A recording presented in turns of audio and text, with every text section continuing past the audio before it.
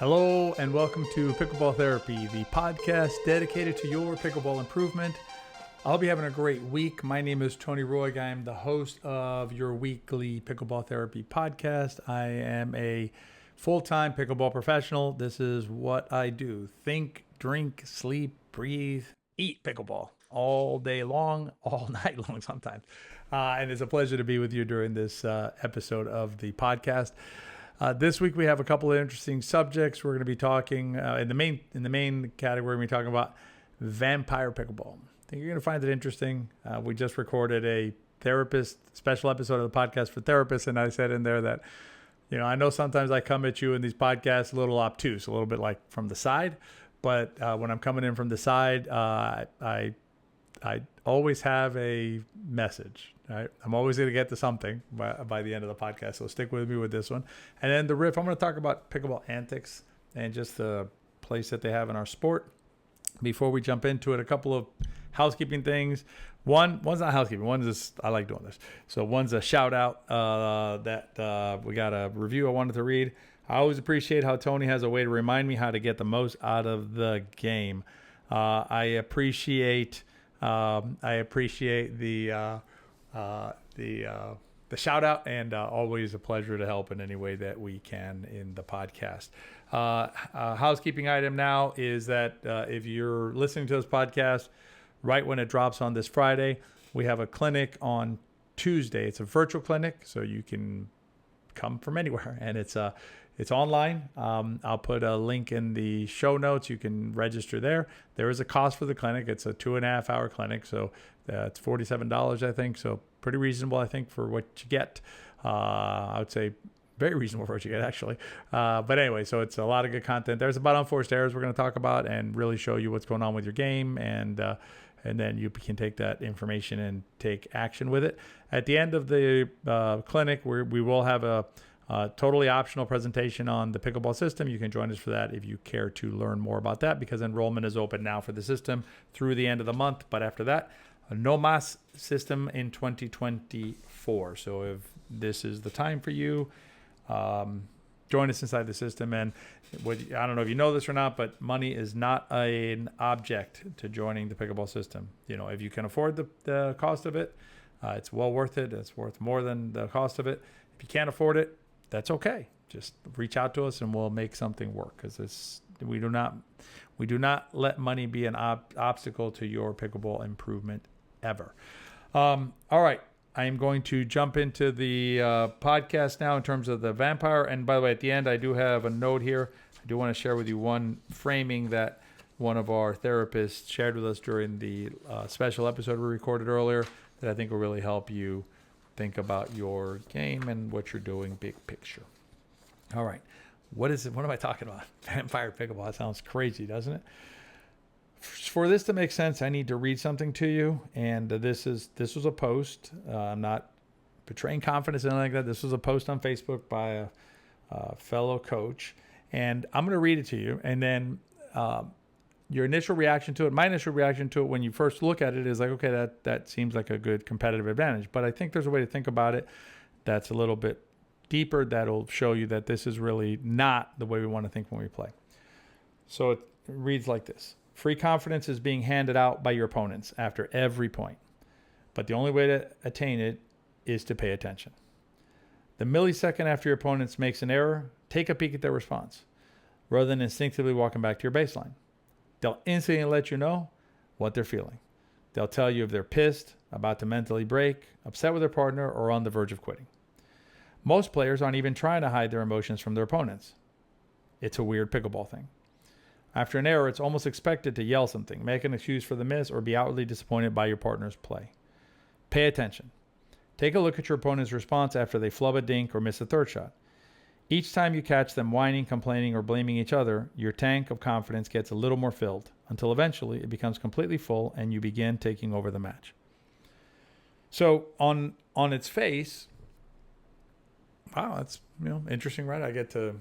I can look at my opponent. If my opponent is in a bad shape, then I can use that to fuel me and to give me an edge, right?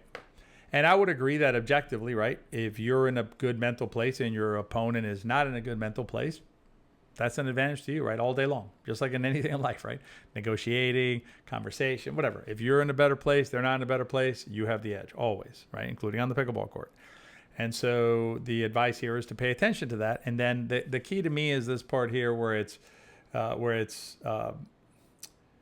the end, right? When each time you catch them whining, complaining, or blaming each other, your tank of confidence gets a little more filled until eventually it becomes completely full and you begin taking over the match.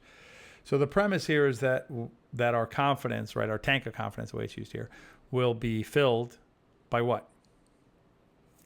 By our opponent's misery, by our opponent's being pissed or upset at their partner or wanting to quit, whatever it is, right? Some negative thing for our opponents. That is how we are then going to gain confidence and fill up our tank, according to this, right? I would suggest to you that way of thinking is like a vampire, right? Because a vampire, or a parasite, if you like parasite better, it's a similar concept, meaning like my confidence, my tank, my strength comes from your weakness, right? So the more that you falter, the stronger I am. And I believe that's a very short-sighted way of thinking about the game, and not a healthy one for anybody, not just for your opponents, but for you either. Here's the thing, right?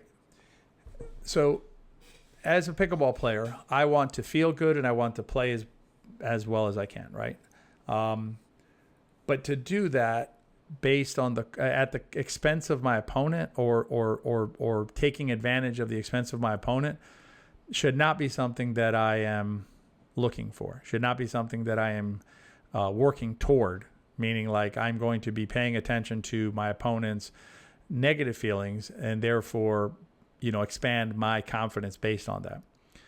It is healthier and more long-sighted, I would suggest, to build your confidence based on you.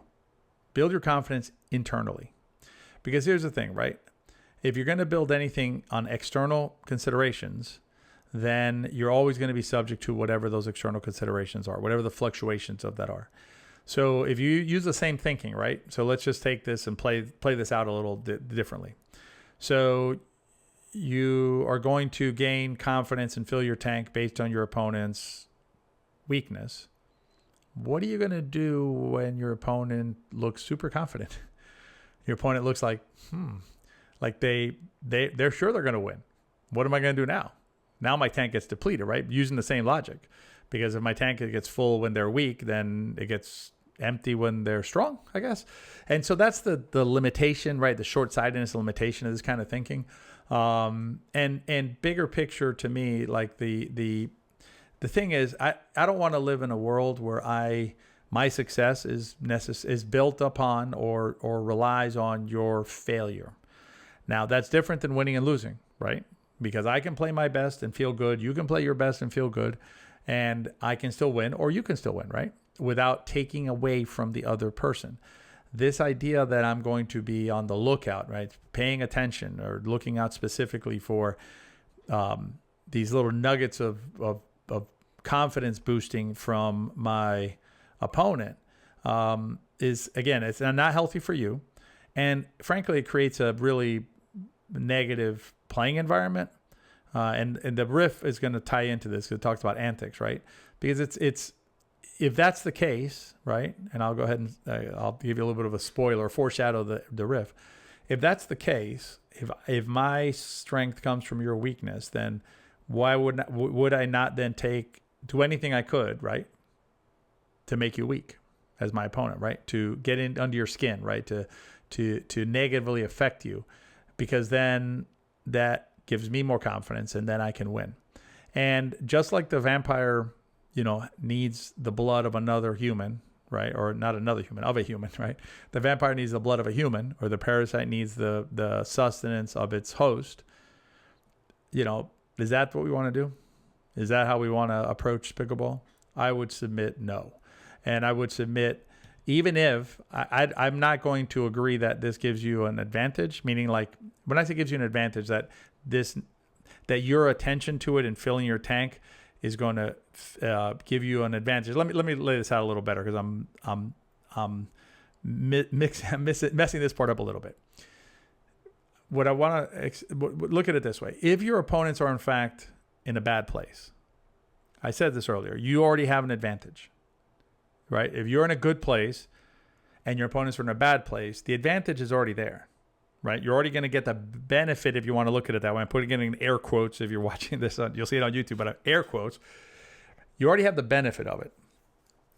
Why add to it, right? Why like feed off of it, right? That's really the idea. Filling your tank is feeding off of the other thing, right? So why pay attention to it and feed off of it in a way that is going to make you focus on the negative of your opponent, right? If the benefit's there, the benefit's there, and it is what it is, right? If your opponent can't focus on the shot, can't think of strategy because they're whatever's going on in their situation, right? You already get the benefit because you're getting the less than optimal play by them because they're not in a good place mentally. But then to add on top of it, right? I'm going to now, like, my position is going to get emboldened by your weakness. It's just not something that I think is a good way to think about pickleball. And frankly, I would suggest to you, rather than paying attention for the purpose suggested in that piece, right? Pay attention so you can fill your tank. Why don't you pay attention for the purpose of helping your friend out? Because I'm going to bet that, like, if it's not 9, it's 8, probably 9 actually, out of 10 times, that's your friend over there, right? And yes, you're playing a game that has an opponent, in quotes again, and you're trying to win, they're trying to win. But not at the expense of them as a human being and you as a human being. So I'm going to suggest to you, pay attention to that, but pay attention to it from the standpoint of, what can I do to help my friend out? What can I do to get my friend out of their funk? As opposed to, how can I use my friend's misery, right? My friend's, feeling bad to gain more power points or something, strength points on my side, and improve my confidence tank or whatever that is.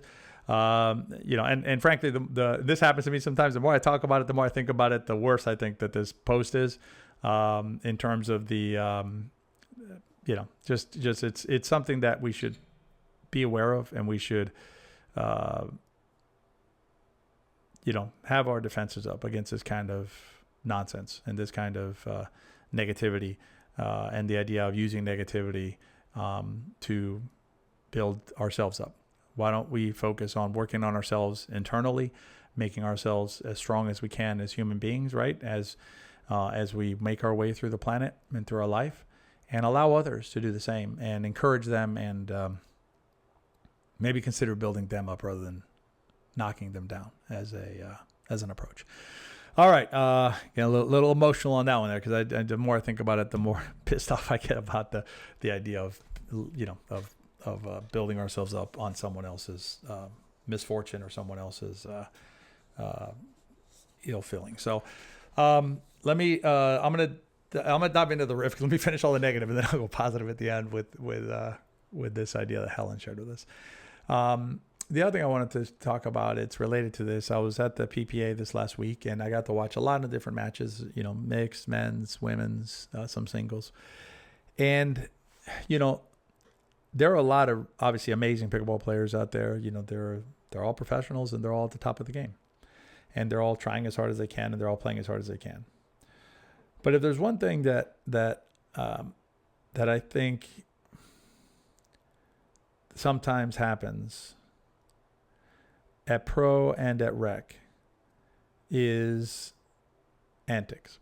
And by antics, I mean saying things or doing things that are specifically designed to upset your opponent. So it's one thing, if you need to pump yourself up and whatever, I mean, that's on you. Do what you got to do. Fine. But when you have to do something that is intended to undermine your opponent, undermine their mindset, undermine their ability to play, and I'm not talking about like hitting a shot to a spot on the court that they can't handle. That's playing the game. I'm talking about when you're going outside the game and you're making nasty comments, or another example that made me think about it was, a player, like a player who does a type of a shot or type of a serve technique that is intended to get in their opponent's heads, right? Just the act, not the shot, right? Again, the way they hit the shot, fine, right? If it works and it's legal to hit it. But if it's like, I'm going to do this before, not because I need to do it for myself or not because I needed to execute the shot, simply because I want to get into your head, I'm 50 something, right? 55 this year, I guess. We left the middle school playground a long time ago, if you listen to this podcast. And so let's not go back there when we go step out on the pickleball court in the negative way. Positive way is fine. Be a kid, have fun. But the negative way of, bullying others, or acting in ways that are actually intended, like the purpose of the thing is to cause angst or stress on your opponent. Let's move away from that, please. And if you see, here's what I'm gonna tell you: if you see somebody doing that when you're playing in a rec game, stop playing. Just leave. Stop. Leave the court. You don't have to leave the whole place. You don't have to play with that player. And it's in the concept of agency, right? Where you have a player that's just doing something. Why? It's pickleball. Enjoy it, right? Play it to have fun, and play it to do the best that you can and to continue growing. All right, enough of that. Let's go to a positive here. This was a suggestion from Helen, which I thought was a really interesting way of thinking about it. And it's kind of like a self-check that she does once a week. And what she does is she checks herself. And her question she asks herself is, how did I contribute to my pickleball community this week? How did I contribute to my pickleball community this week? What I like about that framing is it's very broad, right? So it lets you can play with it however you want, right? You can look at it in terms of like, she gave some examples like setting nets up. That's fine. Playing with some players, maybe beginner players. And, again, I say this with quotes, but playing with like players who are under your level, right? That's good for your community, right? I think sharing this podcast with a friend of yours who's in need. We talked about it earlier, right? You're playing with a friend of yours. You can tell your friend is super stressed. They're having a hard time dealing with a missed shot or a pop-up or whatever it is. Share this podcast. I'm assuming you're more than 15 minutes into this episode, so you must think this podcast has some value, right? Some relevance to you. Share it with your friend, right? Those are the types of things that you can do to contribute to your pickleball community. And I think it's a really helpful way to think big picture about not just how you're playing pickleball, but your relationship with this awesome sport. Because it's not just about you. It's not just about me as players. And it's not just about the little yellow ball. It's about the community. It's about growth. And it's about everybody being able to have their own experience inside the sport of pickleball. So I hope you enjoyed. I enjoyed it. I guess I can say I enjoyed this week's podcast. I hope you enjoyed it too. And I hope to see some of you at the clinic. Again, the link will be in the show notes if you care to join us for that. And lastly, as always, if you enjoyed the podcast, consider sharing with your friends. If you enjoyed the podcast, they probably will too. I hope you have a great week. Look for the special episode of the podcast dropping sometime next week. And I will see you at the next episode of Pickleball Therapy. Be well.